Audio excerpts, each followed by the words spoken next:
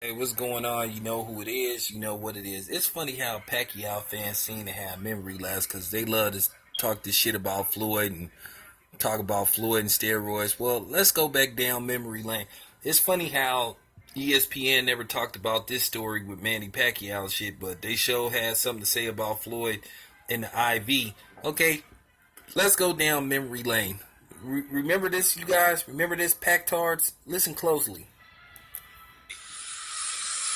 It's pretty simple. I mean, you could go in a thousand different directions, and you guys went about 500. Good for you. But to me, you just go to this man in the street. You go to the regular person, the blue-collar worker that takes care of his family, that, is willing to put out the money for a pay-per-view fight and see a good fight and allow these people to make the money. Those are the people that count. And if you ask those people, well, they're going to say one thing, and they have said one thing as far as what I've heard, and that is, why would you walk away from $30 million on the table just not to take some blood, just not to take a test? If you're clean, what do you have to hide? Now, in no way am I saying that I think Pacquiao is dirty.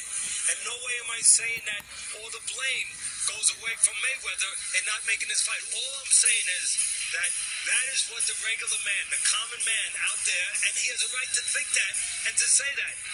Why would you not make that fight if you're clean? Now, Teddy, some of my sources. Teddy, let me just say one thing. I bet you if you were training Pacquiao, though, you would only allow yourself to be dictated to so much. What about that? Listen, take it about.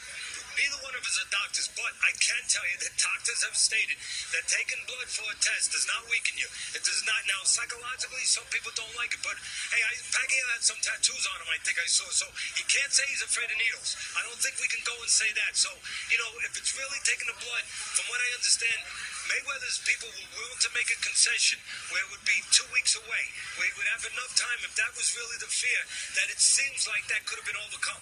Look, my thing that I can answer this again from sources that told me, they said that people in the Pacquiao camp sent a couple of emails to the Mayweather camp a few weeks ago, about 2-3 weeks ago, and the first email was, what would the penalty be if our guy tested positive? The second email was, if he did test positive, could we keep this a secret for the benefit of boxing? Now again, I don't know, other than my source, who I trust, told me that he saw those emails. Now, I also know that Tim Smith, the columnist from the Daily News, reported on the same thing I just said.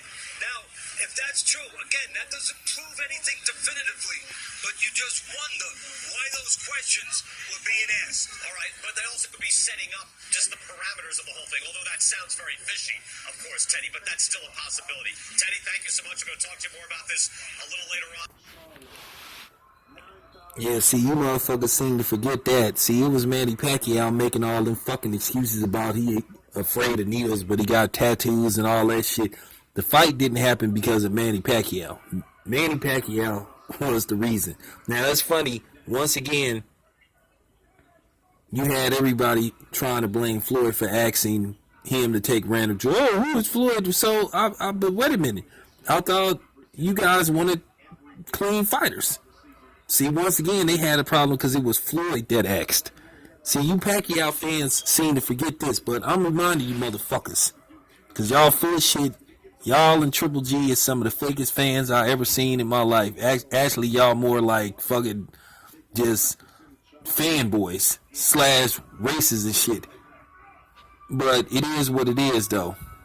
And Teddy Atlas never retracted his statement. Now, I can add to this. Floyd was about to countersue Manny Pacquiao for his records, for those records.